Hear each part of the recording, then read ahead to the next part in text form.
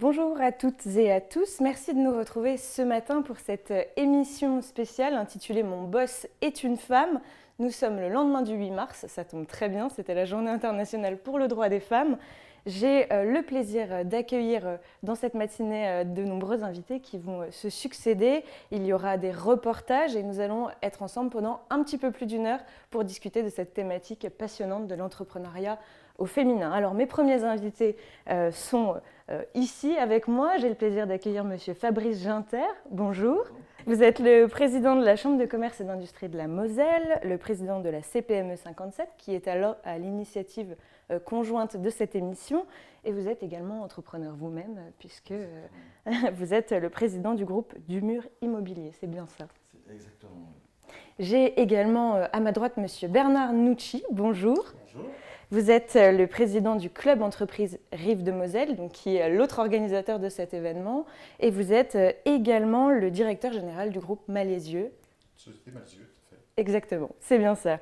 Alors peut-être on va commencer tout de suite dans le vif du sujet, si vous voulez bien. Mon boss est une femme, qu'est-ce que ça vous évoque, monsieur Nucci?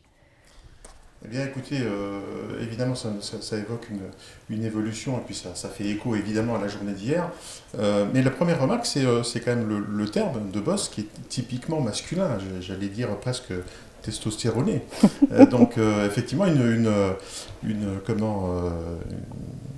deux termes qui, mis côte à côte, amènent pas mal de réflexions entre le boss et effectivement la femme, donc la féminité. Vous, monsieur Ginter, mon boss est une femme? Je pense qu'on aborde ce thème-là, c'est vraiment bien, et puis avec des reportages, des chefs d'entreprise qui parlent, ça a vraiment du sens, parce que finalement, je pense qu'on a beaucoup évolué en quelques années. Il fallait certainement forcer le trait à un certain moment pour pouvoir avancer. Et puis, moi, je vois régulièrement des femmes chefs d'entreprise qui sont vraiment très heureuses, qui apportent plein de choses. Donc, qu'on fasse un focus, et puis qu'on se dise, waouh, elle porte de beaux projets, mais comme nous aussi, on porte de beaux projets. Donc c'est vraiment quelque chose de superbe. Alors pour démarrer cette émission, je vous propose tout de suite de découvrir un premier reportage. On est parti à la rencontre des habitants de la Moselle pour savoir tout simplement si leur boss est une femme. Je vous propose de regarder. Tu es étudiant? Oui. Aucun des deux? Étudiant, oui. Salarié, retraité. Je suis chef d'entreprise. Salarié. Je suis actuellement salariée en CDD au Républicain Lorrain.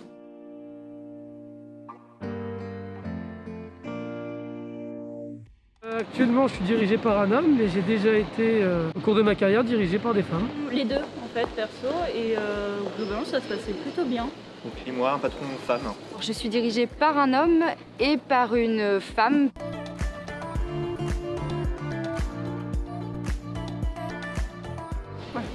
Bien sûr. Tout le monde veut être chef de quelque chose. Super bien. Ouais, il y a un petit projet de cabinet d'urbanisme, mais genre vraiment à l'état de projet, quoi. Embryonnaire, même pas, quoi. J'ai l'ambition d'être plus à mon compte. Ouais. Après, mais être patron, pourquoi pas. Vous l'avez entendu, être patron, pourquoi pas finalement? Être patron, pourquoi pas, monsieur Ginter? Oui, moi je pense de toute façon, vous savez, aujourd'hui, ce qui est important, c'est déjà d'oser prendre la tête d'une entreprise, oser créer quelque chose et se dire je fonce, j'y vais. Après ça, que ce soit féminin, masculin, je pense que les difficultés sont souvent les mêmes, mais c'est aussi finalement tout ce qu'on porte au travers d'un projet. Et en la matière, toutes nos femmes entrepreneurs, elles portent de la même façon les choses, elles vont loin, elles sont tenaces. Et je vois dans nos fédérations d'entreprises à quel point elles apportent aussi vraiment toute leur énergie, leur façon d'avancer. Donc, oser l'entreprise, c'est déjà le premier élément. Et quand on est une femme, évidemment, oser l'entreprise, tout ce qu'on peut faire pour que ça se passe bien, au niveau de la chambre de commerce ou de la CPME ou de nos clubs d'entreprise, évidemment, on va le faire. Vous, c'est quelque chose au CERM aussi que vous voyez peut-être de plus en plus d'entrepreneurs, de plus en plus de gens qui ont cette envie d'entreprendre finalement, des femmes a fortiori? Oui, évidemment. Alors, on le voit au CERN, on peut le constater dans les déplacements qu'on peut faire, ou en tout cas les entreprises qu'on peut rencontrer. Au CERN, on a environ, alors on n'est pas très originaux puisqu'on a à peu près la même proportion. J'ai lu ces jours-ci qu'il y avait 15% de femmes qui dirigeaient des PME. On est à peu près sur les mêmes taux au sein du CERN. On est tout simplement à l'image du monde des entreprises, donc pas très différent sur le sujet. Maintenant, effectivement, on voit de plus en plus de femmes entrepreneurs, on voit de plus en plus de femmes s'investir et comme le disait Fabrice, oser et entreprendre. Et donc ça peut revêtir exactement les mêmes formes que pour des hommes. Je trouve que, personnellement, certains tentent de trouver une différence managériale entre l'homme et la femme, ou ce qu'apporte l'homme ou la femme dans l'entreprise. Je suis assez d'accord sur le fait que finalement, ce qui rejoint les deux dans tous les cas, c'est l'esprit d'entreprendre, c'est la volonté d'entreprendre, c'est le fait d'oser, c'est le fait d'avoir des projets et de faire avancer des projets. Donc de ce point de vue-là, on se retrouve complètement entre les deux genres. On a l'impression que la période actuelle aussi, finalement, est d'une certaine façon plus propice à la création d'entreprises, tout du moins qu'il y a plus de gens qui ont cette nouvelle énergie de se lancer. Est-ce que ça, c'est quelque chose que vous décelez peut-être aussi à la Chambre Oui, très fortement. Paradoxalement, malgré la crise, on a un nombre de créations d'entreprises bien plus important qu'avant. Alors, beaucoup d'auto-entrepreneurs. Et ça, je pense que c'est aussi une façon d'évoluer de notre société, où des personnes qui étaient salariées, par exemple, ont envie en fait de tenter leur aventure et de travailler comme sous-traitant, par exemple, de toute une série d'entreprises un peu plus grosses. Et ça, c'est une vraie avancée. En revanche, on va voir comment les choses évoluent réellement dans le temps, quel impact ça peut avoir. Vous savez, la crise Covid, en fait, elle n'a pas changé les choses, elle ne fait qu'accélérer le mouvement. Et donc, en ce moment, en rencontrant finalement les fédérations professionnelles, je me rends compte que tous ces éléments-là imprègnent en fait chaque type d'activité. Et pour revenir aussi sur le côté des femmes entrepreneurs, vous savez, entre le moment où on a créé le premier club femmes entrepreneurs à la CPME, c'était en 2012. À ce moment-là, c'était un acte militant. Vraiment militant parce que on se disait mais c'est vraiment important de passer des caps et aussi que les femmes entrepreneurs puissent se réunir, parler entre elles, etc. Mais aussi leur ouvrir tous les mandats qu'on a. On a des mandats de juge consulaire, juge de prud'homme, à la sécurité sociale, dans différents organismes, et leur montrer mais allez-y, prenez ces postes aussi. Et aujourd'hui je suis vraiment content, c'est le cas. Et puis à un certain moment on s'est dit il faut évoluer parce qu'on a passé des caps. Et c'est là où on a créé Impact Femmes, qui était vraiment le prolongement de ce qui était fait. Et Impact Femmes, ça a aussi marqué finalement la façon de traiter les choses, où le club est à l'origine en fait de toute une série de manifestations, mais maintenant invite les hommes aussi aux manifestations. Et ça, c'était quelque chose d'important parce que finalement, c'est comme un balancier qui s'est fait. Et je pense qu'on a fait vraiment quelque chose qui était intéressant, grâce à beaucoup de monde d'ailleurs. Et on est dans autre chose aujourd'hui. Vous, du côté du CERM, Monsieur Nucci, comment ça se travaille finalement, cette implication des femmes? Vous disiez à peu près 15%, ce qui est représentatif. Alors 15% de nos adhérents sont représentés par des entreprises qui sont plutôt dirigées par des femmes. Ensuite, on a au sein du club plusieurs commissions, une commission animation, une commission communication, commission développement, etc. Et dans ces commissions, on a, là pour le coup, dans la notion d'investissement, on va dire qu'on voit plus de femmes, pour être clair, dans ces groupes, proportionnellement. On a plus de femmes qui s'investissent effectivement dans les travaux et qui permettent de faire avancer le club, donc c'est plutôt positif et plutôt agréable. Voilà. Et pour répondre à votre première question sur la notion, on voit effectivement de plus en plus d'hommes ou de femmes qui entreprennent. Je crois qu'il y a un effet générationnel aussi. Il y a quelques décennies, l'ambition pour un jeune, c'était souvent de rentrer dans un groupe et de gravir les échelons.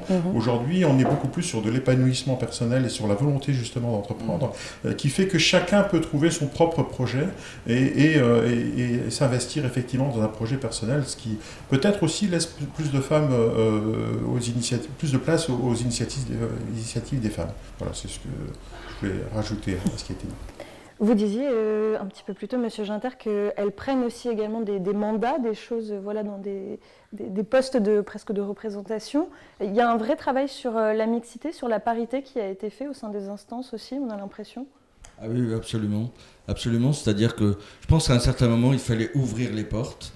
Et c'était nécessaire. Si on n'avait rien fait du tout, on aurait continué peut-être pendant un certain nombre d'années, parce que le conservatisme imprègne quand même nos mentalités à tous, même si on essaye d'innover, d'aller de l'avant. Donc il fallait ouvrir les portes, aller plus loin.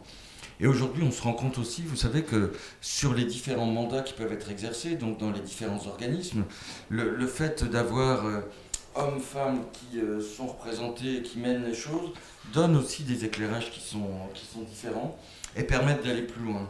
Et puis, ce qu'on a appris encore plus avec le Covid, c'est la nécessité de faire ensemble. C'est-à-dire, dans toutes les initiatives qu'on peut avoir, tous les projets qu'on veut monter, le faire à plusieurs pour aller plus loin, vraiment, ça a du sens. Donc, la thématique d'aujourd'hui est vraiment un beau témoignage de ça. Merci de tout ça. Mais je pense aussi, l'autre élément, c'est par exemple toutes les générations ensemble. Et ça, c'est une réconciliation des générations qui est en train de se faire pour se dire on n'est personne sur le côté. Les seniors peuvent apporter leur expérience et ont besoin des plus jeunes sur les technologies, etc. Et les jeunes ont besoin aussi de l'expérience. Et quand on fait tout ça, on va beaucoup plus loin. Et sur nos territoires, ça permet d'avancer. Donc la thématique d'aujourd'hui, vraiment, c'est un beau témoignage de ça. Est-ce que vous avez peut-être un message, un vœu à adresser aux femmes qui souhaiteraient entreprendre, qui peut-être hésitent encore un peu à se lancer? Qu'est-ce que vous aimeriez leur dire finalement? Quel message vous souhaiteriez leur passer? Tout simplement oser, ça a été dit tout à l'heure, mais oser évidemment. Et puis rejoignez des clubs, qu'ils soient CPME ou clubs d'entreprise. Une des principales difficultés pour un chef d'entreprise, qu'il soit homme ou femme, c'est la solitude de celui qui gouverne ou qui dirige. Et les clubs permettent effectivement de se rassembler, de se retrouver, d'échanger et d'échanger effectivement avec une mixité qui soit de genre, qui soit sociale, qui soit de type d'activité et générationnelle. C'est important effectivement. Je crois que chacun a quelque chose à apporter à son niveau avec son vécu, son expérience. Peut-être juste pour faire une toute petite parenthèse sur les clubs, mais est-ce qu'en quelques mots, vous pouvez nous présenter du coup le CERM? Eh bien, le CERM a cette année 4 ans d'existence. Ça a été une création partant d'une dizaine d'entreprises qui, à l'initiative de la collectivité locale, souhaitaient avoir effectivement un club qui anime les entreprises et le tissu économique du territoire. Donc on a été une dizaine de fondateurs, dont 3 femmes d'ailleurs, qui ont été très actives dans la création de ce club, qui ont apporté leur expérience. Avec une des premières choses qui a été faite, c'est de recruter une permanente, en l'occurrence Caroline, que tout le monde connaît, une femme. Donc l'idée était principalement, et c'est resté notre leitmotiv et notre le slogan du club, c'est créer du lien. L'idée était vraiment de faire en sorte d'abord que le tissu économique de ce territoire se connaisse, un territoire très riche finalement, puisqu'on couvre le territoire qui va de Metz à Thionville, entre Metz et Thionville, avec une vraie diversité, une vraie richesse économique d'entreprises, énormément d'emplois. On a ensuite, pour ce qui est des animations, on est assez actif puisqu'on a entre 2 et 4 manifestations par mois avec des petits déjeuners thématiques, 8h-10h, avec un thème qui est abordé, avec un intervenant, des visites d'entreprise, des petits déjeuners qu'on appelle des cafés croissance, où c'est un petit peu la fête des voisins des entreprises. C'est un adhérent qui reçoit ses voisins directs, adhérents ou non, et chacun se présente. Et puis des soirées plus significatives, plus importantes, que nous avons organisées sous forme de conférences, de débats. Et puis la plus grosse manifestation qu'on ait pu organiser l'année dernière, c'était un TEDx qui nous avait permis de rassembler 500 personnes à Amnéville. Monsieur Ginter, vous, sur les vœux à adresser peut-être aux femmes et sur l'ACPME d'une façon générale, comment vous pourriez nous présenter cette confédération? Alors, l'ACPME, c'est une confédération d'entreprises, de PME. Donc sur le territoire mosellan, elle est très importante puisqu'elle fédère plus de 12 000 entreprises. On va retrouver les fédérations de commerçants de tout le territoire, on va retrouver aussi les branches d'activité, aussi bien la fédération du bâtiment, on va retrouver les assureurs, on aura aussi toute la partie liée à l'immobilier, enfin tous les métiers globalement sont représentés. L'idée vraiment c'est de faire, là encore, faire ensemble. faire ensemble pour aller plus loin. Et clairement, la période actuelle a montré que les valeurs qu'on partage, ce sont des valeurs liées au territoire. Nos PME ne sont pas des grandes multinationales qui vont partout, créent des entreprises, enlèvent des entreprises du jour au lendemain. Ce sont des PME attachées à leur territoire. Donc l'avenir de la Moselle et l'avenir de nos PME est vraiment très très lié. Ensuite, c'est les valeurs humaines. Parce que toutes ces aventures dont on parle depuis ce matin, qu'elles soient menées par des hommes ou par des femmes, clairement, ce sont des aventures où chacun s'investit, met beaucoup à la fois d'argent, d'énergie, prend des risques. On va créer une communauté au sein de son entreprise. Donc, oui, ça a du sens. Donc, derrière ça, par exemple, débouchent des actions qu'on a pu mener sur consommer local. On le disait depuis longtemps. Mais là, tout le monde a compris que c'était vraiment essentiel. Ça fait d'autant plus sens aujourd'hui. Mais c'est ça. Et ça a eu un impact énorme cette fois, parce que pas seulement sur les producteurs alimentaires, où là vraiment on voit le résultat, mais c'est aussi avec nos industriels qui ont découvert en fait qu'ils avaient des prestataires à côté de chez eux, qui pouvaient faire mieux, et qu'en se tenant les coudes les uns les autres, on pouvait effectivement réussir à passer les caps. Parce que là, on avance, on ne sait pas encore où on en est vraiment. En revanche, qu'on prévoit l'avenir, qu'on innove et qu'on le fasse vraiment rassembler, ça a du sens. Et la Moselle, c'est quand même le 2e département en poids économique du Grand Est. On a en plus tout cet élément transfrontalier autour de nous. Donc ça veut dire qu'on a des cartes à jouer. Donc toutes ces cartes à jouer, il faut vraiment aller au bout de la chose. Le message qu'on doit porter, c'est que les entreprises, elles sont citoyennes. Elles ont leur rôle à jouer. Elles ont la parole à prendre aussi sur certains sujets qui sont essentiels. Quand on regarde les pénuries de médicaments, de certains process, de choses, ça veut dire qu'il faut maintenant qu'on tire aussi les leçons de cette période-là, qu'on le fasse ensemble, qu'on agisse. Et derrière ça, on aura certainement un meilleur avenir pour les générations qui viennent. Et les femmes auront leur part à jouer, croyez-moi, et on compte sur elles. Voilà, on compte sur elle. Je vous remercie beaucoup, messieurs, d'avoir été avec nous ce matin autour de ce sujet. Je vous propose tout de suite de découvrir le portrait d'une femme entrepreneur. Elle s'appelle Jacqueline Blum et elle est à la tête de l'entreprise Telmo, anciennement la téléphonie mosellane. Elle a un parcours riche et inspirant qu'on vous propose de découvrir.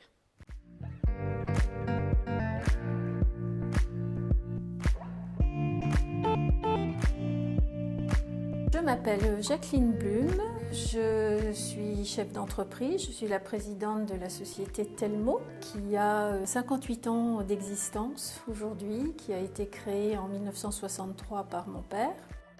Donc là, je vous accueille dans le musée de la société, le musée des télécoms, qui retrace un petit peu l'avancée de la télécommunication au fil des ans. Donc vous voyez les premiers téléphones.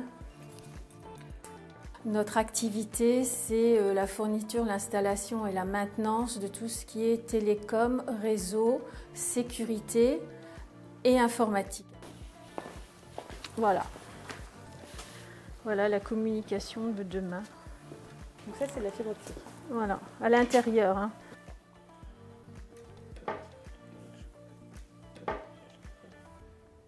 Et ça, c'est très fragile.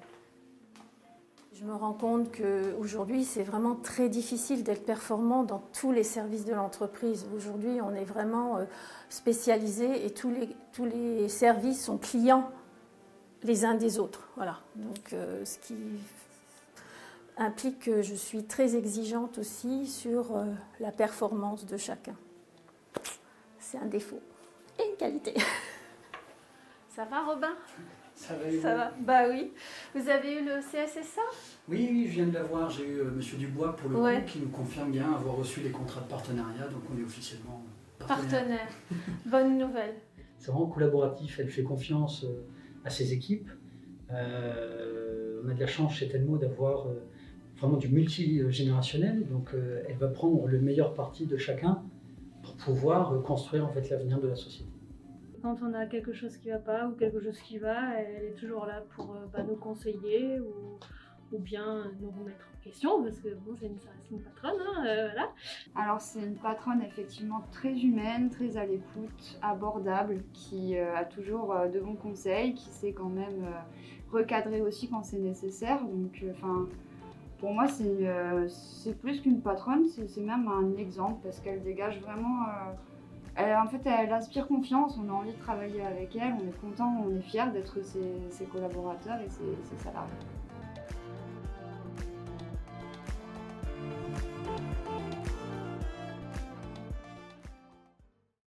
Voilà, vous l'avez vu, une patronne inspirante et j'ai le plaisir de l'accueillir à ma gauche. Bonjour Madame Blum. On l'a vu, donc vous êtes la présidente de Telmo et vous êtes également présidente du club Impact Femmes. C'est bien ça. C'est tout à fait ça.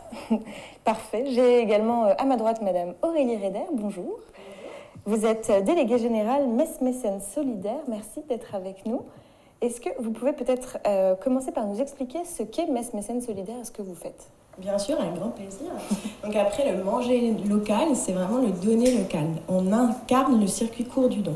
On s'est dit qu'il manquait un maillon sur le territoire pour soutenir des projets associatifs d'intérêt général dans la solidarité, l'environnement et le digital. Et on a proposé finalement à des entreprises de se fédérer ensemble pour soutenir des projets avec plus d'impact, d'impact social, environnemental. Et donc depuis 3 ans maintenant, on soutient une 30aine de projets et on fédère donc une 50aine d'entreprises et 200 donateurs particuliers qui nous font confiance et qui nous attribuent des dons qu'on reverse ensuite à des associations. Donc pour citer quelques projets inspirants qui ont eu lieu sur le territoire depuis maintenant 3 ans, la conserverie locale qui transforme des invendus alimentaires en produits de longue conservation.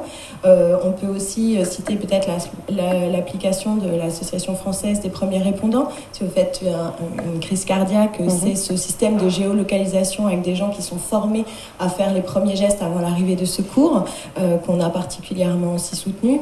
On peut citer aussi la cravate solidaire qui est le bout de chaîne de l'insertion, comment on retrouve le bon costume de l'emploi. Et donc voilà, c'est cette manière, c'est un outil de mécénat collectif. C'est évidemment seul on va plus vite, mais ensemble on va plus loin. Il y a, j'imagine, dans ces projets solidaires que vous soutenez, des projets qui sont portés et qui sont entrepris par des femmes, j'imagine. Oui, du coup, j'ai fait ma petite comptabilité avant cet événement pour regarder, puis par curiosité. Et en fait, je me suis aperçue qu'on en avait un gros tiers de projets qui sont soutenus par les femmes. La cravate solidaire, c'est un projet soutenu par une femme qui était, du coup, c'est une intrapreneuse, puisqu'elle était en poste et à un moment donné, elle a voulu vraiment créer son job, son rêve, son outil social, on va dire. La conserverie aussi locale, c'est une femme qui s'en occupe. Donc oui, on a beaucoup de femmes. Et je pense que la posture entrepreneuriale de la femme, elle émane aussi du fait que c'est peut-être des fois plus compliqué lorsque vous êtes en poste de gravir tous les échelons et d'arriver jusqu'à la tête de l'entreprise, alors que finalement, quand vous êtes entrepreneur, quand vous lancez dans l'entrepreneuriat, vous autoproclamez à la tête de ce projet. Chef d'entreprise. On l'a vu, Madame Blum, dans votre reportage, vos collaborateurs qui se sont prêtés à l'exercice vous décrivent comme une patronne inspirante. Peut-être déjà d'avoir entendu ça, qu'est-ce que ça vous fait ? Eh bien, déjà, ça me fait plaisir.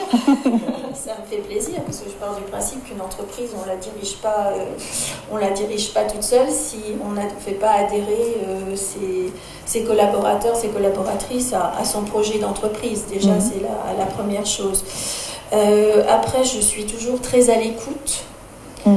Très à l'écoute. On est dans un milieu d'activité où le progrès technologique, ça va vite, donc il faut aussi savoir s'entourer. Et l'écoute, c'est important parce que moi, je ne suis pas issue de la technique, bien au contraire. Donc, pour pouvoir prendre de bonnes décisions, évidemment, il faut savoir s'entourer. Alors, on a posé la question, évidemment, aux habitants de la Moselle.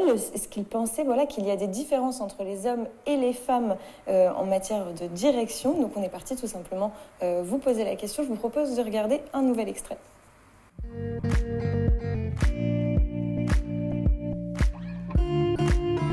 Patron femme a été plus cool parce que j'étais juste stagiaire. Patron homme a été plus plus strict, mais après toujours dans le respect. Ça dépend de la personnalité de chacun. C'est pas lié au sexe plus que ça. Pas spécialement. Moi, je vois pas de différence notable à part leur salaire. Même si on insinue qu'il y a des différences dans leurs compétences, en tout cas, c'est pas ce que je vois. Ah oui, il y a une grande différence. Le patron homme, il est technique, le patron femme est plus orienté vers le principe du travail, quoi. Les femmes prennent plus facilement et rapidement une décision.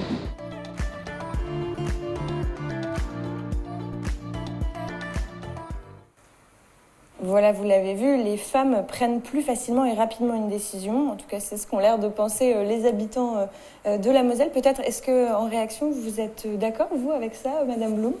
Alors, j'aurais du mal à dire, puisque je suis une femme, donc je ne mets pas forcément à la place d'un homme, mais effectivement, moi je suis assez rapide dans la prise de décision à partir du moment où j'ai le projet global, les tenants et les aboutissants. Oui, il faut avancer. Donc oui, effectivement, j'aurais tendance à prendre des décisions assez rapidement. Vous, par rapport aux personnes et aux femmes qui proposent des projets chez vous, vous avez l'impression qu'elles ont finalement cette position un petit peu, on y va et on avance, c'est quelque chose que vous ressentez aussi ? Moi, je pense que le côté fonceuse et motivée, effectivement, c'est des qualités quand même intrinsèques. Et on se demande peut-être pourquoi. Peut-être que la femme, du coup, se dit toujours qu'elle doit faire plus pour pouvoir prouver qu'elle est à la bonne place. Et c'est peut-être pour ça qu'on a des femmes très inspirantes, très engagées. Y a-t-il vraiment des qualités dans le management qui sont féminines ou masculines ? Moi, je dirais plutôt que c'est des qualités que vraiment... Est-ce qu'une femme a vraiment une manière de manager différente ? Je pense que c'est lié à la personnalité de la personne. J'aurais tendance à dire ça. Donc pour vous, finalement... Je suis assez d'accord. Oui, je suis assez d'accord. Aujourd'hui, le management, c'est une question d'individu, entre guillemets. Et comment vous définiriez votre type de management ? On l'a vu un petit peu chez Telmo. Comment vous fonctionnez ? Moi, je suis plutôt à l'écoute, participatif, collaboratif, et puis surtout faire adhérer les gens au projet de l'entreprise. Parce que, je ne sais pas si c'est typiquement féminin, je suis mal placée pour dire ça, mais si vous ne faites pas adhérer à un projet, il y a peu de chances que ce projet aboutisse. Donc voilà, et j'aime bien que mes collaborateurs ou mes collaboratrices en particulier s'approprient aussi les sujets sur lesquels ils travaillent. Au niveau acceptation et au niveau agrément, entre guillemets, il y a plus de retours, entre guillemets, pour l'aboutissement d'un projet qui peut aller vite. J'allais demander justement, est-ce qu'il y a une différence à manager des hommes ou des femmes ? Est-ce que finalement ça se passe pareil pour vous ou est-ce qu'on adapte un petit peu forcément à chaque fois ? On adapte, mais c'est pas une question d'homme-femme, c'est une question de personnalité de l'individu que vous avez en face de vous. Il y a des managements de personnes féminines qui sont très difficiles à manager. Le tout, c'est de trouver le bon chemin, le bon accès. Le dosage. Voilà, le bon dosage pour les faire adhérer. Voilà. Après, je dis, c'est peut-être un peu cliché ce que je vais dire, mais le chef d'entreprise, c'est un peu comme un chef d'orchestre. Il met en musique, il met voilà, c'est à lui faire adhérer tout le monde, ou alors dans un stade de foot à éviter les hors-jeux. Belle image. Vous, par rapport au profil des gens qui vous proposent des projets à soutenir, vous diriez que c'est quel type de profil finalement, puisqu'on est en train de parler de personnalité et finalement d'envergure de chef d'entreprise, comment sont les gens qui viennent se présenter chez vous à Mesmes-Saint-Céline ? Alors les gens, je pense que les porteuses de projets qui viennent à nous, mais tout comme les mécènes au féminin,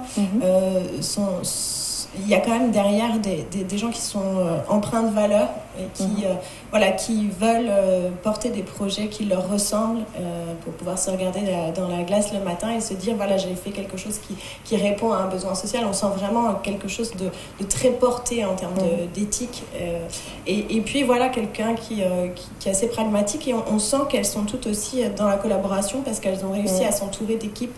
Par exemple, moi, il y a certains projets, j'ai l'impression que quand ils sont portés par des femmes, je connais davantage toute l'équipe qu'il y a derrière. C'est peut-être moins le cas pour des projets où je connais plus le président de l'association et moins l'équipe derrière. C'est vrai que quand je vois par exemple les 2 projets que je citais, qui sont la conserverie locale et la cravate solidaire, je connais très bien toute l'équipe et moi je le vois même dans mon management aussi. J'ai tendance à les faire mettre aussi devant, à essayer de les faire adhérer, de les faire collaborer au projet. Et je pense que dans les projets aussi qui sont portés, c'est vraiment ça, c'est vraiment de travailler la collaboration est quelque chose qui est plutôt emprunt. Alors est-ce que c'est une qualité plus féminine que masculine ? Je pense que dans cette lutte d'accès aux droits entre les hommes et les femmes, ce serait bien que justement il n'y ait plus cette stigmatisation entre les qualités féminines et les qualités masculines, que finalement c'est une histoire de personnalité, de caractère. Je pense aussi que le management il évolue au fil des ans. Le cliché le boss c'est moi, tu fais ce que je te dis, surtout tu te tais, c'est fini ça. Enfin, moi, ça marche plus. Ça marche plus et puis c'est absolument contre-productif. C'est vraiment quelque chose, je me suis toujours révoltée contre ça de tout temps. Et donc, oui, effectivement, aujourd'hui, on travaille en équipe. Parce qu'un patron, s'il a rien autour de lui, c'est plus un patron, c'est rien, c'est personne. On a besoin finalement d'avoir effectivement ces équipes et de fédérer autour d'un projet commun. C'est indispensable selon vous. Oui. Ah, c'est indispensable. Pour nous, c'est indispensable. Par rapport au projet que vous évoquiez, donc la conserverie locale et la cravate solidaire, quand ces projets arrivent finalement sur votre bureau, vous, qu'est-ce que vous cherchez à déceler finalement chez le porteur de projet pour vous dire ok, on y va, c'est quelque chose qu'on va essayer de mettre en place? Est-ce qu'il y a quelque chose comme ça que vous recherchez finalement Alors évidemment, il y a l'innovation du projet en général qu'on regarde. Alors, on a un process hyper cadré, mais je vais pas vous faire tout ça parce que ça va être un peu long. Mais évidemment, je ne décide pas tout seul. C'est le conseil d'administration et les grands mécènes, les gens qui ont décidé de nous soutenir, qui ont le droit de décider avec nous quel projet ils soutiennent. Maintenant, on a des critères. Dans les critères, effectivement, il y a la qualité. L'incarnation du projet et le porteur de projet, parce que c'est important effectivement que la personne qui le porte puisse convaincre son équipe, puisse convaincre ses partenaires financiers futurs, son écosystème, les médias pour en parler, pour rayonner. Donc il y a quand même quelque part une part de charisme, en tout cas d'assurance qui je pense qui est quand même assez nécessaire pour porter un projet à bien. Après évidemment il y a aussi, dans les projets qu'on soutient, on regarde la qualité du porteur de projet, mais on regarde aussi les bénévoles qu'il y a derrière, parce que c'est souvent des projets associatifs. Il ne faut pas non plus... C'est bien qu'il y ait une volonté à la tête qui embarque, mais c'est bien aussi que derrière, il y ait une assise avec des gens qui aident, parce que aussi, il y a des projets qui peuvent être très précaires si c'est incarné par une personne ou deux. Il suffit que la personne ait un souci de santé ou qu'elle doive déménager, et c'est tout le projet qui peut, qui peut capoter. Et c'est vraiment pas du coup, nous, notre intention, parce que vraiment l'intention de Messes Mécènes Solidaires, c'est que le projet porte ses bénéfices ensuite sur le territoire. Et donc ça, on est assez vigilant à regarder la qualité du porteur, mais aussi son environnement. Qui y a derrière? Est-ce qu'il y a des bénévoles? Est-ce qu'il saura s'encadrer, s'entourer pour pouvoir avancer? L'équipe, encore une fois, finalement, ça a l'air d'être vraiment... C'est vraiment... On a vraiment beaucoup de points communs. C'est le cœur du sujet. Merci à toutes les deux d'avoir été avec nous ce matin, et je vous propose qu'on continue cette émission avec un nouveau portrait de chef d'entreprise. Il s'agit de Nadège Riss, elle est la dirigeante de la société JVC à Peltre, et vous allez voir qu'elle a réussi à se faire une place dans un milieu très masculin. Regardez. Alors, je suis Nadège Riss, et je suis donc dirigeante de JVC, Joint Vulcanisation Caoutchouc. Et la société donc est une société familiale qui existe depuis 1986. Alors JVC, c'est un atelier, on va dire plutôt, de fabrication de joints, toute forme, toute matière pour l'étanchéité. On a également tout un pôle sur l'isolation thermique avec la fabrication GAN anti-feu, où on est les seuls Français à faire le traitement de surface. Je suis dans l'entreprise depuis 1988. C'est pour ça que je suis arrivée tout naturellement dans l'entreprise familiale, où mon père ne voulait pas vraiment, mais bon, j'ai poussé un peu les portes.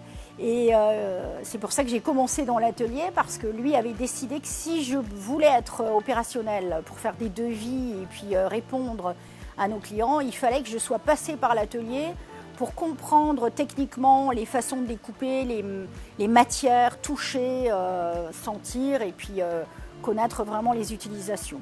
Si vous voulez, c'est les différents caoutchoucs qui sont présentés. Donc on travaille exclusivement des produits européens. Ça a été notre bagarre depuis de nombreuses années.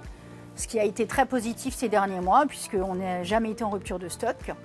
On m'a pas fait de cadeau, je vais dire, dans l'atelier, quand il fallait porter un rouleau de caoutchouc, il fallait que je me débrouille et tout. Puis c'est pas parce qu'on était une fille qu'on ne devait pas faire les choses. Ça se passe plutôt pas trop mal. Bon, au début, moins bien. Faut l'avouer, mais bon, après, avec l'âge, les caractères changent. Voilà quoi. Mais j'ai quand même été gâtée parce que quand on a une femme dans ce métier-là, parce que dans l'industrie, je crois que c'est 6% de femmes dirigeantes. Donc moi, j'ai eu vraiment... les clients ont été super sympas, ils m'ont beaucoup apporté, ils m'ont beaucoup aidé. Donc il faut qu'on fasse une non-conformité si tu veux bien. Je suis née entre guillemets dans cette société, donc je voulais la reprendre. Ça me fait pas peur parce que les clients sont relativement sympas. Donc ça va. Je pense qu'on est gâtés quand on est des femmes dans l'industrie, mais il ne faut pas trop le dire. Oui, c'est ça. Gardons les places.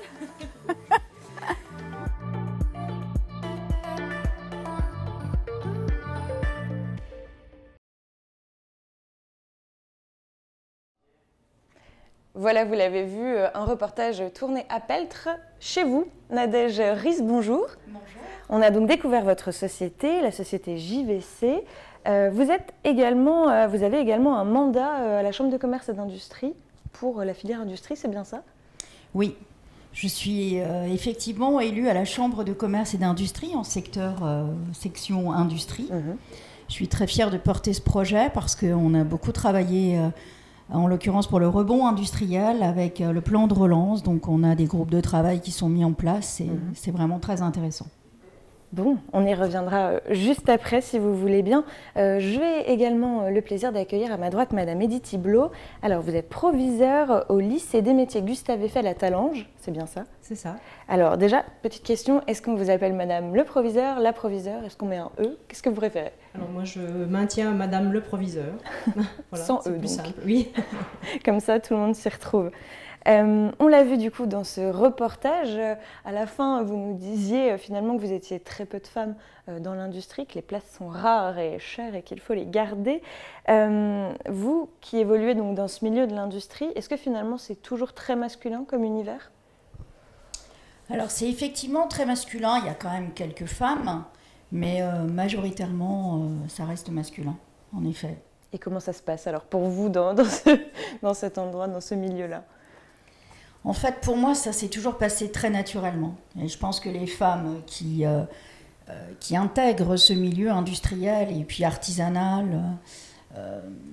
ça fait partie de leur ADN. En fait, c'est naturel, tout simplement. Ça ne se pose pas de questions, ça se fait comme ça. Oui, ça se fait tout naturellement. Vous, Madame Thibelot, vous êtes aussi finalement à un poste où on est plutôt habitué à avoir des hommes, on dit monsieur le proviseur d'ailleurs en général. Quand êtes-vous arrivé finalement à ce poste-là et comment ça s'est passé pour vous au démarrage et peut-être encore aujourd'hui? Alors moi je suis chef d'établissement depuis 1998. Un petit peu comme la personne qui vient de parler, c'est venu tout naturellement également. Dans les établissements scolaires, il y a de plus en plus de femmes chefs d'établissement, à la fois dans les collèges et à la fois dans les lycées. Ça se pose pas en termes de compétences hommes ou femmes. Voilà, c'est quelque chose qui est accessible pour les uns et les autres. Moi, j'ai choisi ce métier-là parce que ma famille a toujours été chef d'entreprise et j'avais envie de piloter, de manager, de porter des projets, d'emmener des équipes avec moi, de faire évoluer un petit peu l'éducation nationale au regard justement de la profession et plus particulièrement des entreprises. Et en l'occurrence, au lycée des métiers Gustave Eiffel à Talange, nous avons beaucoup de formations en lien avec les secteurs professionnels de pointe. Donc pour moi, être chef d'établissement, c'est un relais qui est fortement intéressant, et de travailler avec toutes les entreprises l'est également, quoi. Qu'est-ce qu'on retrouve du coup comme type de filière dans cet établissement? Qu'est-ce qu'on peut venir étudier finalement chez vous? Alors dans l'établissement, ce sont essentiellement des filières dites industrielles, à tort d'ailleurs, puisque il n'y a plus de métiers pour moi qui sont particulièrement masculins. Alors on a des formations dans le domaine du bâtiment, des travaux publics. On a des formations dans le domaine de la maintenance des véhicules, donc transport routier ou voiture particulière, de la conduite routière, et tout ce qui est aussi énergie domotique, architecture et construction. Voilà. Donc, alors on a très peu de filles dans l'établissement. Sur les 700 élèves et étudiants que l'on a dans l'établissement, on a une trentaine de filles dans toutes les filières confondues. Mais dans les filières plutôt encore réputées masculines, on a des filles, et des filles qui s'en sortent plutôt bien. Voilà. Alors sans les valoriser, sans les mettre, on va dire, en lumière, elles s'épanouissent toutes seules, et en général, elles viennent par choix. Voilà, c'est pas une volonté de la famille en disant ma fille tu feras ça, etc. C'est vraiment un choix, mais elle s'y retrouve plus à l'aise quasiment que certains garçons entre guillemets. Et on a des belles promotions, des belles poursuites d'études, des distinctions parfois sur des concours, des choses comme ça, qui sont remportées essentiellement par les filles. Voilà, donc ça c'est pour nous c'est intéressant, et ça donne envie parfois à d'autres jeunes filles qui souhaiteraient éventuellement venir dans nos filières de concrétiser leurs projets. Et alors je crois, Nadège, que vous-même vous avez fait vos études dans ce lycée, c'est bien ça? En effet, j'ai commencé au lycée professionnel du bâtiment de Montigny-lès-Metz, et j'ai poursuivi au lycée Gustave Eiffel de Talange. Donc je suis très contente d'être avec vous aujourd'hui, parce que c'est vraiment ma jeunesse, les excellents souvenirs. Et aujourd'hui, je me sers de tout cet apprentissage dans ma vie de tous les jours, puisque dans mon entreprise, on travaille avec des plans, je suis amenée à aller voir des clients, de prendre des dimensions, de faire des relevés. Donc je sais faire un plan à main levée. Donc je suis très fière de ça. Parce que c'était avant que mon père ouvre l'entreprise que j'avais décidé de partir sur ce métier qui était plutôt masculin, puisque quand vous parliez de garçons et de filles, au lycée professionnel de Montigny-lès-Metz, pour 600 élèves, on était 6 filles. Donc c'était quelque chose. C'est quelque chose. Oui, c'était quelque chose. On se souvenait, quand je disais que j'avais fait une formation de génie civil, on s'en souvenait. Donc génie civil, c'est ce que vous aviez étudié? Oui, c'est ça. Parce que j'aimais les choses, j'aimais les mathématiques, j'aimais la résistance des matériaux, et puis j'aimais les plans, j'aimais les choses droites. Et c'est resté, en fait, ça fait partie... je pense que c'est très petit qu'on sait. Et puis c'est également la référence dans une famille, c'est important. Mais en tous les cas, je suis vraiment ravie de partager ce moment avec Madame Hublot, parce que j'ai pas eu l'occasion de retourner au lycée, mais je pense que maintenant je garderai ses coordonnées. Oui, c'est un bel exemple de réussite, et de réussite d'une femme, bien évidemment. Mais c'est vrai que on promeut les métiers au féminin, mais ça reste quand même assez difficile de convaincre les uns et les autres. Et un autre exemple, dans les filières, on va dire, de laboratoire, on a aussi un bac technologique, STI 2D, donc architecture et construction et énergie-environnement. Et même là, pour ces bacs dits industriels, je crois que le mot industrie est encore un petit peu associé à usine, malheureusement dans les familles, les parents de nos enfants. Et ça fait beaucoup de tort à nos formations. Parce que les gens ont du mal à s'imaginer que l'industrie, c'est plus l'usine, en fait. C'est des laboratoires, c'est de la haute technicité, c'est de l'informatique, c'est de la digitalisation, c'est de l'intelligence artificielle. Voilà, et là, tout le monde a sa place, homme, femme, tout le monde a sa place. Et je pense qu'il faut se battre pour développer tout ça. Vous, Nadège, vous êtes d'accord avec ça? C'est la terminologie, peut-être, industrie, qui freine un peu, qui fait peur? Certainement, peut-être l'idée de l'usine qui est sale, du casque, des chaussures de sécurité. Mais je pense également qu'il faut que nous, entrepreneurs, chefs d'entreprise, féminins, masculins, peu importe, on ouvre nos entreprises. Parce que nos jeunes ont besoin de voir exactement le vrai métier. Parce que parfois, la terminologie d'une formation, elle est compliquée à comprendre. Et je pense que c'est important parce qu'il y a vraiment des beaux métiers il y a des nouveaux métiers qui sont enseignés dans votre lycée, donc ça a beaucoup évolué en 30 ans. Donc il faut absolument qu'on ouvre nos portes de nos entreprises pour qu'on montre aux filles qu'on a besoin d'elles et que le métier, c'est vraiment un beau métier parce que moi je sais que je me suis vraiment épanouie, j'ai encore tellement de choses à apprendre, tellement de choses à faire que... Je suis vraiment contente d'avoir fait ce parcours et puis d'avoir commencé dans un lycée professionnel, c'est extraordinaire. Hein. Et de la même façon, il faut qu'on ouvre nos établissements, alors à la fois au public, à nos futurs élèves, lycéens ou étudiants, mais aux entreprises. Et quand je suis arrivée à Talange, j'ai tout de suite donné mon feu vert pour être adhérente au club Rive-de-Moselle, parce qu'en fait je me suis rendu compte que l'établissement n'était pas ouvert aux entreprises. Et de la même façon, les entreprises ne connaissaient pas le lycée, alors que le lycée de Talange, il a pignon sur rue depuis des années et des années. Et donc on développe ces partenariats pour travailler ensemble, parce que nous formons les employés de demain. Et les entreprises doivent aussi se rendre compte que ce que l'on fait dans les établissements scolaires, effectivement, c'est ce qu'ils attendent de leurs futurs employés des années suivantes, quoi. Il faut vraiment un partenariat proche. Et parfois, on partage les compétences humaines et on partage aussi parfois nos équipements alors pédagogiques ou industriels. Donc l'idée, ce serait vraiment de créer en fait une synergie entre le milieu scolaire et le milieu professionnel pour... Tout à fait. Et alors, d'après vous, est-ce que, de par cette synergie, peut-être on arriverait à amener plus de jeunes femmes à s'intéresser à ces filières, à ces métiers qui sont peut-être encore aujourd'hui un peu, vous disiez au moment de vos études, 6 filles pour 600 garçons, donc on est sur 1% à peu près. Aujourd'hui, c'est un petit peu plus chez vous, mais pas énormément plus. Comment faire évoluer? Est-ce que ça passera par l'éducation, par les entreprises? Comment, d'après vous, faire évoluer ces chiffres?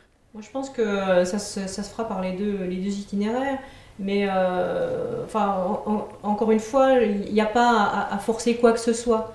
Faut simplement montrer ce qu'on sait faire, partager des réussites comme madame, un cursus dans un lycée a priori plutôt masculin, mais une carrière brillante dans une entreprise.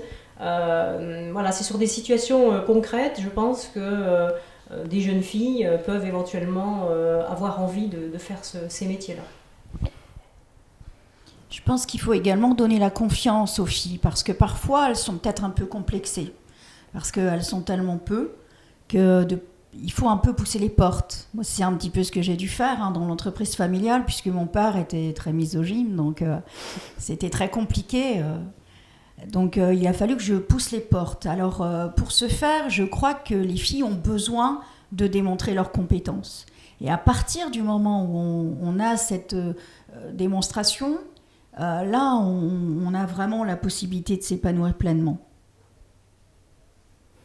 C'est aussi peut-être quelque chose qui finalement va se déclarer de façon générationnelle presque, j'ai envie de dire. On a l'impression que aujourd'hui les jeunes filles finalement sont pas contre aller là-dedans, sont pas forcément fermées à ça, mais qu'il faut peut-être communiquer un petit peu, être transparent là-dessus pour leur proposer des choses et leur expliquer clairement ce vers quoi elles s'engagent. Je crois que surtout qu'il faut pas empêcher qui que ce soit de faire ce dont il a envie de faire. Voilà, parce que là aussi, bon, ça évolue depuis un certain temps, mais j'ai entendu des discours, même en tant que chef d'établissement, ou même avant comme enseignante, à dire non, c'est pas fait pour toi, à une jeune fille. Je crois que là, aujourd'hui, ça n'existe plus. Et en tant que chef d'établissement, on se bat avec les équipes enseignantes pour ne plus entendre ces discours-là. Mais c'est valable aussi pour les garçons. Hein. Sur le schéma, tu es un très bon élève et tu iras faire un bac S ou sciences de l'ingénieur ou des choses comme ça, parce que ou médecine, parce que tu es brillant, alors que le jeune veut faire plutôt une formation professionnelle parce qu'il a un vrai projet. Faut qu'on arrête tout ça, quoi. Si on veut que les gens réussissent, il faut les aider, les accompagner pour réaliser leurs rêves, leurs projets, même si c'est compliqué, même si au départ, effectivement, c'était pas forcément un métier féminin, mais la femme a toute sa place, et même peut-être plus qu'un homme d'ailleurs. Parfois, on fait des belles découvertes. Et, moi, mon cheval de bataille, c'est vraiment ça, quoi. Aider les jeunes à réaliser leurs projets, même si c'est pas le désir de la famille, etc. Qui se trouve. Est-ce que cette thématique d'amener peut-être des jeunes filles et des gens et des femmes à fortiori à s'intéresser à ces filières de l'industrie, c'est quelque chose dont vous discutez aussi peut-être à la Chambre de commerce dans les filières industrie? C'est une question qui se pose. Vous êtes représentante, c'est déjà un bon exemple. Oui, mais dans l'industrie, toutes les écoles participent à tout ça. Ils font des portes ouvertes, il y a des immersions dans les écoles. Et je pense que le meilleur exemple, c'est ce qu'on disait tout à l'heure, c'est d'ouvrir nos entreprises, c'est d'ouvrir les écoles et de matcher en fait les deux. Parce que c'est vrai que l'entreprise reste souvent trop fermée. Aujourd'hui, il faut s'ouvrir. Donc, les clubs comme le club Rive de Moselle, comme la CPME, tout ça... c'est des facilitateurs. Et à la CPME, par exemple, je sais que on a beaucoup aidé les entreprises on leur a demandé à prendre des jeunes de 3e, par exemple, pour simplement découvrir, pour observer. Et ça, c'est très important. Donc, c'est l'entreprise, mais également l'établissement avec les conseillers d'orientation. Et puis, il faut parfois persuader les parents. Parce que ce que vous disiez, oui. C'est le plus compliqué. C'est le plus compliqué parce que c'est vrai qu'en tant que parent, on aurait envie d'avoir des ingénieurs, des médecins, mais il y a vraiment de très beaux métiers et puis surtout faire son métier avec passion. Moi, je sais que j'ai fait un métier aujourd'hui, je sais que j'ai tellement d'années encore à apprendre tellement de choses parce qu'en plus aujourd'hui on ouvre les portes sur tout ce qui est scientifique, tout ça on n'avait pas, on appelle entre guillemets l'industrie 4.0, c'est un petit peu un drôle de mot, mais en fait tous ces robots, tout cet accompagnement, cette automatisation, quand on valorise ces métiers-là, dans une entreprise, c'est vraiment quelque chose d'extraordinaire parce que c'est des beaux projets pour des jeunes qui sont en formation et en plus c'est des beaux projets pour les entreprises. Donc il faut absolument qu'on travaille tous ensemble. Ça, c'est le futur aussi de l'industrie finalement. Ah bien sûr, oui, on est bien évidemment sur tout ce qui est numérisation, digitalisation. L'établissement vient de rentrer dans le campus d'excellence porté par l'ENSAM à Metz, donc le campus d'excellence, digitalisation et intelligence artificielle, et on est vraiment sur ce partage-là. Mais pour revenir un petit peu à la promotion des filières industrielles, c'est dur, quoi. C'est quelque chose qui n'est pas facile à faire passer comme message, parce que je crois que c'est aussi une méconnaissance de l'immense, alors je le dis, une immense palette de formation.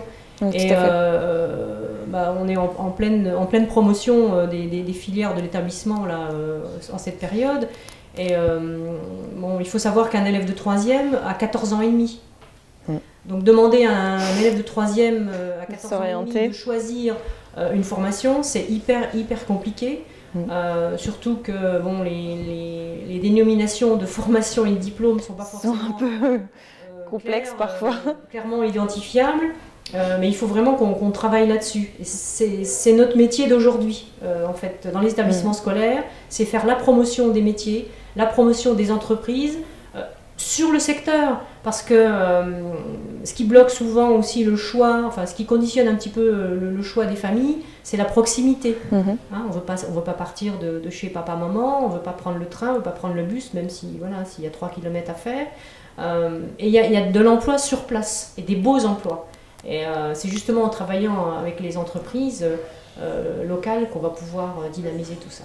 Bon je crois que vous serez invité aux prochaines journées des anciens élèves pour... Ah oui, non mais en plus pour rebondir là-dessus, Madame Hublot, il y a quelque chose qu'il faut vraiment que les parents comprennent, c'est que c'est plein emploi.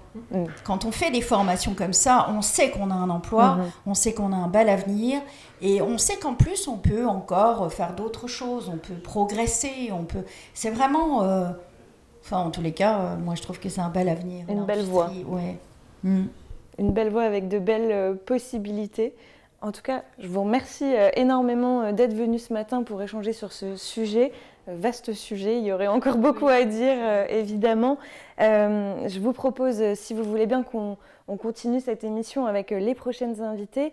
Et en attendant, je vous propose également de découvrir une entrepreneuse de la région, ça tombe bien, on en parlait, qui a toujours, elle, eu un coup d'avance. Alors ça, c'est vraiment sa ligne directrice et vous allez voir que ça lui a plutôt bien réussi.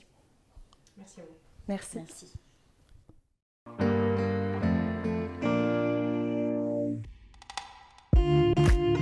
Je m'appelle Valérie Gruix et je suis donc la directrice de la société Expocom. J'ai créé cette structure en 2001 avec mon ancien employeur et qui est parti à la retraite très rapidement et j'ai continué l'aventure. Expocom, nous faisons de la signalétique, des enseignes et du décor d'espace. Donc nos clients sont très très variés. On a intégré un studio graphique. Toute l'équipe a la fibre et rentre dans le process de fabrication. On interroge nos techniciens à l'atelier sur comment fabriquer une chose, comment assembler et trouver des solutions techniques pour mettre au point les différentes choses sur mesure. Ici, on sait seulement de la gravure et de la découpe laser, donc, que ce soit sur du plexiglas ou du bois ou différents matériaux. Bon, là, c'est un test. Là, c'est uniquement le test. Parce qu'en fonction de la puissance du laser et en fonction de la vitesse du laser, on a des découpes qui sont plus ou moins profondes et des gravures plus ou moins profondes. Donc en finale, on a ce rendu-là. Je pense qu'un bon chef d'entreprise doit avoir cet instinct-là, doit être au courant de tout ce qui se passe. En termes de veille pour les clients et veille pour également la matière première, la technologie, les nouveautés. Je pense qu'elle se repose pas sur ses acquis. Valérie est sans cesse en recherche du prochain, de la prochaine chose qui va plaire aux clients et qui va pouvoir leur offrir une qualité de prestation, en tout cas. Ouais. J'adore ce que je fais. Et puis je pense que j'ai une force de travail aussi. Et puis beaucoup de curiosité.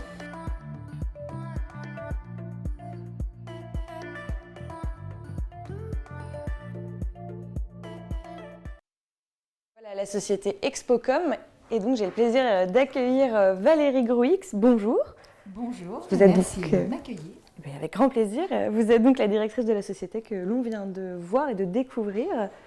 Tout à fait. Donc, Expocom, j'ai créé Expocom en 2001, comme on a pu le voir, et j'ai le plaisir de la faire grandir, de continuer avec toute mon équipe cette belle aventure. Une belle aventure entrepreneuriale, effectivement. On a également avec nous sur ce plateau Madame Patricia Foulon. Bonjour. Bonjour. Vous allez bien ? Mais très bien, merci beaucoup. Vous êtes directrice commerciale chez OCI Group, c'est bien ça ? OCI 57 et OCI Luxembourg, oui, et qui fait partie effectivement de OCI Group. Alors expliquez-nous peut-être, parce qu'on n'a pas eu la chance de découvrir cette entreprise, qu'est-ce que c'est que OCI, qu'est-ce que vous y faites exactement ? Alors OCI, c'est 700 personnes réparties sur tout le territoire national pour faire gagner de la productivité à nos clients sur des solutions numériques, digitales, informatiques. Donc OCI a des experts sur plusieurs métiers, que ce soit sur la partie hébergement, donc cloud, ou des solutions infrastructures plus classiques. On est expert aussi en sécurité informatique, en solutions de gestion, applications digitales et également conception de sites web et communication digitale. Et on a aussi donc des filiales qui s'occupent de toute la partie réseau, câblage, téléphonie et liens fibre Internet. Donc un vaste métier. Oui, un vaste panel de compétences. Exactement. Et vous, donc au sein de OCI, vous êtes directrice commerciale. Oui. À quoi ça ressemble? Vous avez des équipes, j'imagine. Comment ça se passe? Alors oui, il y a donc une équipe de 10 personnes pour la partie commerciale. Je suis aussi co-directrice des agences de Metz et Luxembourg, donc Metz, Nancy, Luxembourg, qui représentent 30 personnes. Donc être directrice commerciale, c'est donner une âme à une équipe, faire en sorte qu'elle puisse donner le meilleur d'elle-même pour atteindre les objectifs. Vous, Madame Gourix, on l'a vu dans ce reportage, vous avez déjà, on le sent, une certaine proximité avec vos équipes. Elles se sont volontairement pliées au jeu de l'interview. Et elles disent de vous, en tout cas, votre collaborateur qu'on voit dans le reportage, dit de vous que vous êtes une curiosité sans limite, toujours un coup d'avance, c'est ça? J'essaye en tout cas de transmettre la passion de mon métier. C'est un métier finalement qui est assez récent puisqu'il n'a qu'une vingtaine d'années et on est sans cesse en train de découvrir de nouvelles possibilités, de nouvelles technologies. La digitalisation n'a fait que nous apporter de nouvelles solutions, la découpe numérique, pour tous les matériaux rigides, la découpe laser, pour la finesse et la précision dans certaines réalisations. Et c'est vrai que c'est un vrai plus pour emporter toute l'adhésion de l'équipe parce que c'est passionnant. On découvre avec les nouveaux investissements de nouvelles possibilités. Et j'essaye en effet d'emporter toute l'équipe vers cette vision. On arrive à se projeter plus loin que ce que l'on a déjà réussi à faire et on arrive à imaginer le futur de l'entreprise. Ils se prennent au jeu avec vous en fait, finalement. Mais écoutez, je fais tout pour les emmener avec moi dans la découverte de ces nouvelles technologies, de ces nouveaux matériaux. On visite ensemble les salons professionnels. J'emmène chaque année 2-3 personnes avec moi pour hors Covid, bien évidemment. Malheureusement, cette année, on n'a pas dans le monde d'avant. Voilà, mais dans les salons, c'est vraiment un moment aussi privilégié où on peut échanger, découvrir. Je leur demande leur avis sur des investissements que j'ai envie de faire et j'essaye de voir s'ils ont le même ressenti que moi pour ne pas trop imposer non plus de changements sans qu'il y ait de l'adhésion. Voilà. L'adhésion, oui, je crois que c'est vraiment aussi quelque chose de central chez vous, chez OCI, de ce que j'ai cru comprendre. Oui, absolument. En fait, aujourd'hui, le management n'est plus du tout descendant. Moi, je pense vraiment pour réussir les objectifs qui nous sont demandés, à l'esprit collaboratif, à l'esprit de groupe, à l'esprit d'entraide. Et donc, oui, il faut effectivement qu'on puisse fédérer autour d'un projet. Absolument, autour des projets. C'est vraiment essentiel.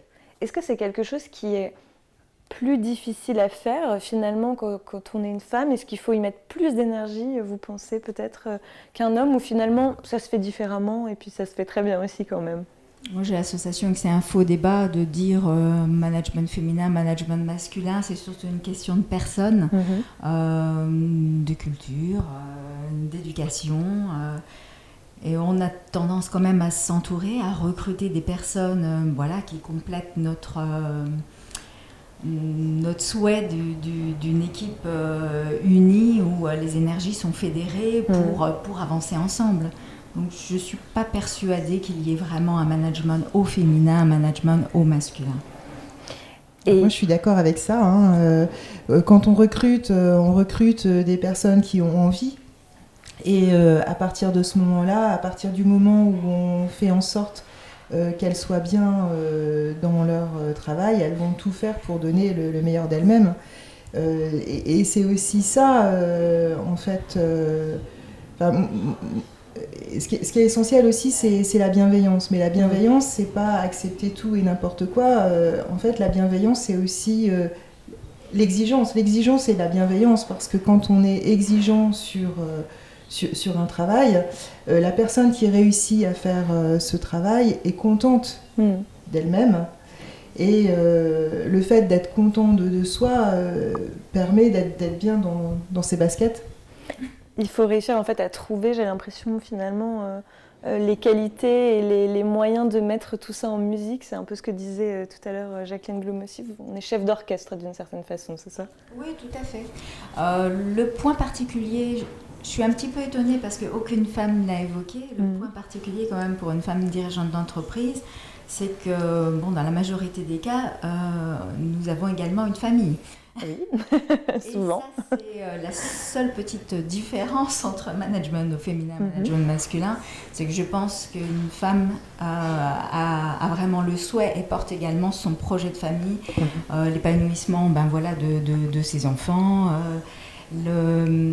l'organisation de la vie de famille, créer une belle harmonie chez soi, s'occuper de son intérieur, s'occuper de ses amis, de sa famille. Ça fait beaucoup de vie à gérer en même temps. Voilà, organiser les événements de famille, organiser les événements avec les amis. Souvent, c'est quand même majoritairement une tâche féminine et ça se rajoute à l'emploi du temps d'un chef d'entreprise femme.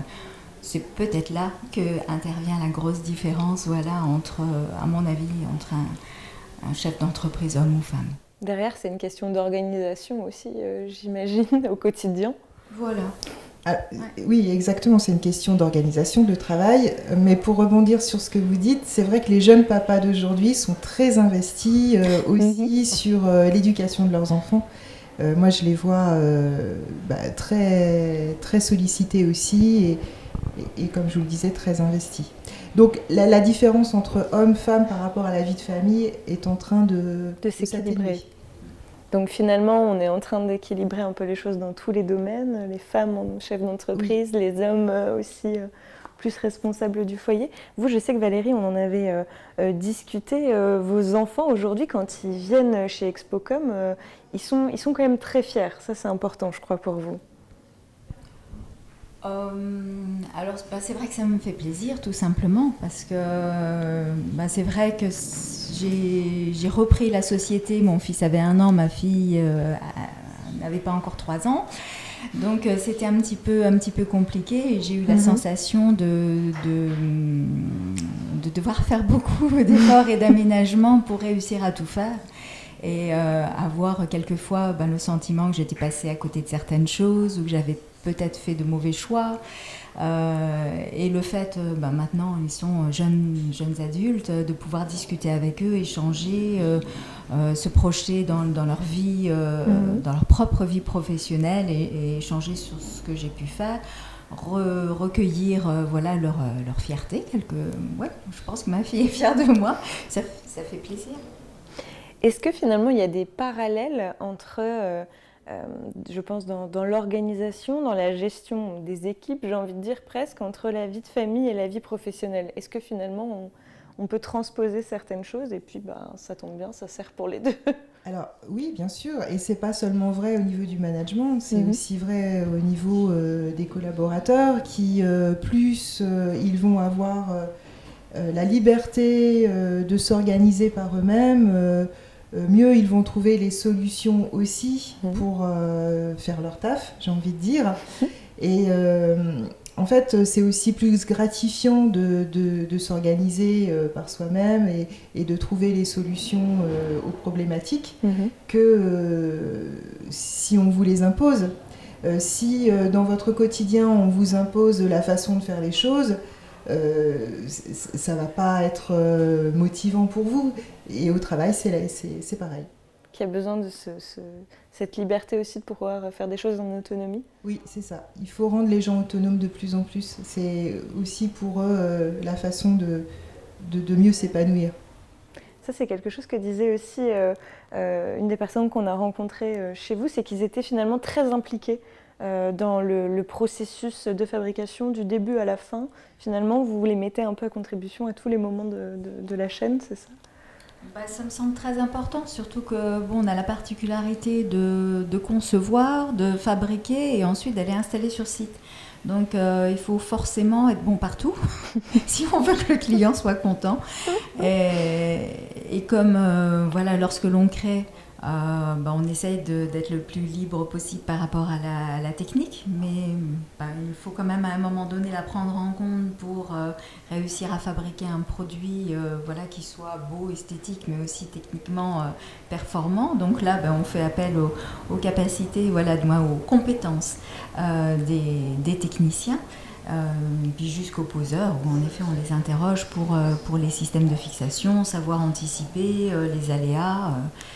Et de la même façon, quand on fait un repérage, je vais en repérage sur site, j'ai l'œil technique qui me permet d'anticiper tous les problèmes éventuels, les difficultés. Comme ma collaboratrice, et c'est important de prendre en compte l'ensemble de la chaîne de fabrication et que tout le monde soit impliqué à toutes les étapes. Et puis je pense que ça donne aussi une plus grande ouverture d'esprit, une fierté du travail d'équipe. Mais alors justement, je voudrais rajouter par rapport à ça, le travail en autonomie ne signifie absolument pas travailler seul. Le travail en équipe est essentiel pour réussir. Nos projets sont très complexes auprès de nos différents clients puisqu'on intervient sur différents métiers et on a des experts dans chacune des branches. Donc c'est pour ça que le travail en équipe est vital.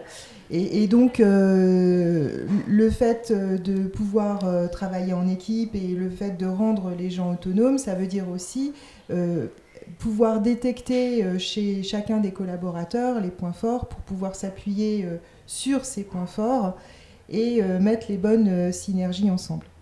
Alors je crois aussi que chez OCI Group, on m'a décrit ça comme une mentalité un peu start-up, c'est-à-dire quelque chose assez dans le bien-être au travail. C'est quelque chose d'important, je crois, dans le groupe pour lequel vous travaillez. Alors start-up, je ne sais pas. Façon de parler. En tout cas, oui, le bien-être est au centre de nos préoccupations, puisque ça permet aussi aux personnes, si elles viennent travailler en étant enthousiastes, d'être plus en adéquation avec ce qu'elles ont à faire.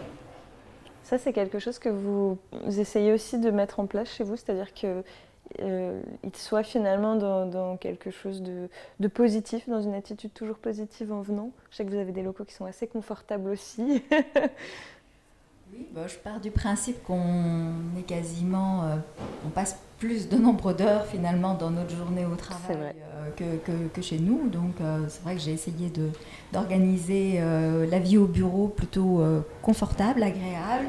La petite terrasse en été est utilisée pour les pauses entre midi et 2, etc. Mais oui, ça me semble important. Est-ce que peut-être pour terminer cet entretien, vous auriez un mot à adresser aux femmes entrepreneurs et futures entrepreneuses qui hésiteraient peut-être ou qui auraient envie de se lancer? Qu'est-ce que vous aimeriez leur dire? Qu'il faut oser et qu'on a peut-être la chance de peut-être de mieux savoir écouter, peut-être, je ne sais pas, c'est une vraie question. Et l'écoute permet en tout cas de mieux connaître son équipe et de pouvoir mieux travailler avec ses équipes. Vous, Valérie? Alors moi je dirais qu'il faut en effet oser, il faut surtout pas se limiter par rapport à des craintes d'être peut-être trop pas suffisamment technique, trop timide, pas suffisamment bonne gestionnaire. Il faut savoir s'entourer, ça on ne l'a pas dit mais c'est hyper important. Il y a certains sujets, je n'ai pas envie de m'en emparer, donc j'ai par exemple un très bon expert comptable qui est devenu un ami, avoir de bonnes relations avec ses banquiers, savoir s'entourer en effet de clubs entrepreneurial, club de Moselle ou la CPME pour moi. Faire appel également à des institutions, des organismes comme la CCI. Puis des personnes comme Moselle Attractivité également m'ont vraiment aidé à trouver mes terrains pour la construction de mes bâtiments. J'ai eu déjà plusieurs déménagements, dont 2 terrains et 2 constructions de bâtiments qui ont été facilités par ces personnes de Moselle Attractivité. Donc voilà, il faut aller oser taper aux portes, oser s'entourer, parler de son projet, communiquer et puis croire en soi. Eh ben, c'est un très beau mot de fin, je pense. Donc croyez en vous, n'hésitez pas, lancez-vous. Je vous remercie beaucoup pour votre présence ce matin autour de cette thématique « Mon boss est une femme », je vous le rappelle. Merci également à vous tous de nous avoir suivis depuis votre salon en télétravail ou que vous soyez au bureau aussi peut-être. On espère que cette heure de discussion vous a plu, que vous avez appris des choses également. Je laisse le mot de la fin à nos habitants de Moselle évidemment et je vous souhaite à tous une très bonne matinée.